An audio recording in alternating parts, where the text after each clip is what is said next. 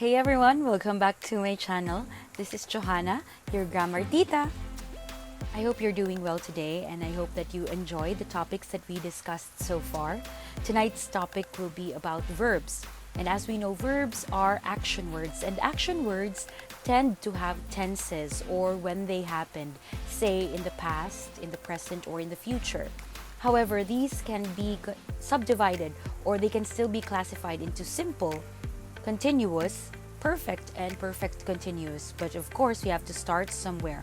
So let's start with the simple past tense. Verbs in their simple past tense are actions that happened in the past or existed before. Let me give you sentence examples. I worked hard to finish my studies. Or, he got the virus. These are already done. It happened in the past. Now, unlike the past continuous tense, which talk about events that happened over a period of time, simple past emphasizes that the action is finished. It's done. Okay? For example, she loved how the skies faded into blue. Now, the simple past tense can also be used to talk about a past state of being, like the way someone felt about something in the past. This is usually expressed with the simple past tense of the verb to be plus an adjective, a noun, or a prepositional phrase. Let me give you sentence examples. She was happy with how her efforts turned out. Another example, the song was her masterpiece.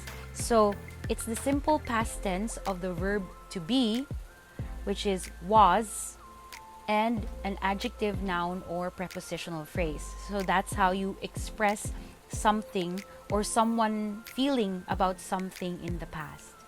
So how do we formulate simple past tense verbs? Now, for regular verbs, you only have to add ed to the root form of the verb, or d if the root form is already ending in e. Now, let me give you examples. Play becomes played. Clear becomes cleared. However, the word love ends with an e. That's why to make it in its simple past tense form, you have to add a d. Now, for irregular verbs, they become more complicated, including the verb to be. Run becomes ran, dig becomes dug, write becomes wrote, am, is, are become was or were. Now, some even look exactly the same as their root form. For example, hit is still hit, set is still set, or cut is still cut. Now, a tip for this is to study the different kinds of verbs or different words. Add some verbs to your vocabulary and study how they change depending on their tense. So how do we make the simple past negative? Now, it's the same for regular and irregular verbs except for the verb to be. All you have to do is write or say did not, or in its contracted form didn't, plus the root form of the verb. Let me give you a sentence example. She did not tell her friends about her talents. So did not plus the regular form or the root form of the verb tell, and then it goes from there. She did not tell her friends about her talents. Now, for the verb to be, depending on the subject, if it's singular or it's plural, you say was or wasn't for singular, and were not or weren't for plural. Let me give you sentence example. She was not excited to go home. They were not ready. Or she wasn't excited to go home. They weren't ready. That's how you make the simple past tense negative. How to ask a question with the simple past tense of the verb. Now, all you have to do is say or write did plus the subject plus the root form of the verb. For example, did Anna write this? Or did the children sleep? Now, it's different for the verb to be because you only have to drop the auxiliary did and use this formula. It's either was or were, depending on the subject, if it's plural or singular, plus the subject.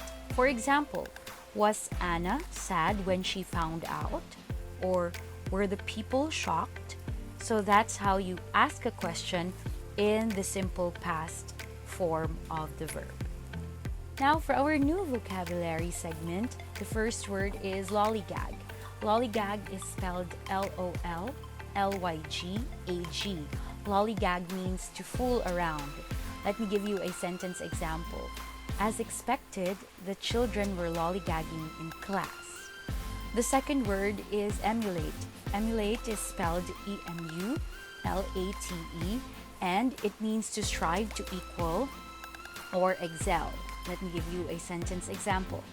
I am trying to emulate my favorite singer, Lea Salonga. And the last word is exiguous. Exiguous is spelled EXIGUOUS, and it means excessively scanty or inadequate. For example, some students cannot afford online classes due to exiguous resources. And that's it. Thank you very much for tuning in today. And our next topic will be about the simple present tense of verbs. And I hope you tune in again for that topic. Thank you very much again. And this has been Johanna, your grammar tita.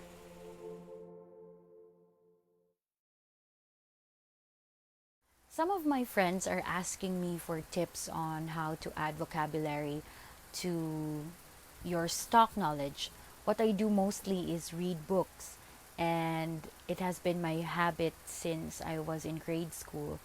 And I really love reading books, and I have a dictionary beside me all the time. I'm not saying that I'm very good in vocabulary, it's just that I enjoy learning new words every time.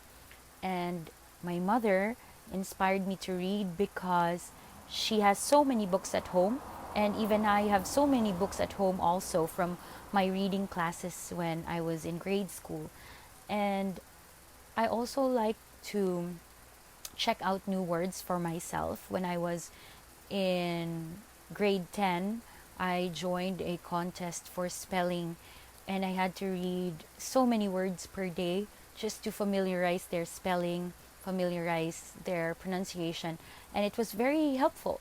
And I hope that you learn, or you try to read books, try to and learn to love reading books, because it helped me a lot. And there are new words that you will encounter in books. And I also suggest that you keep a dictionary beside you. Right now, there are apps for dictionaries that you can install in your phone. It will be easier. And keep on learning every day. Never give up, and be happy always.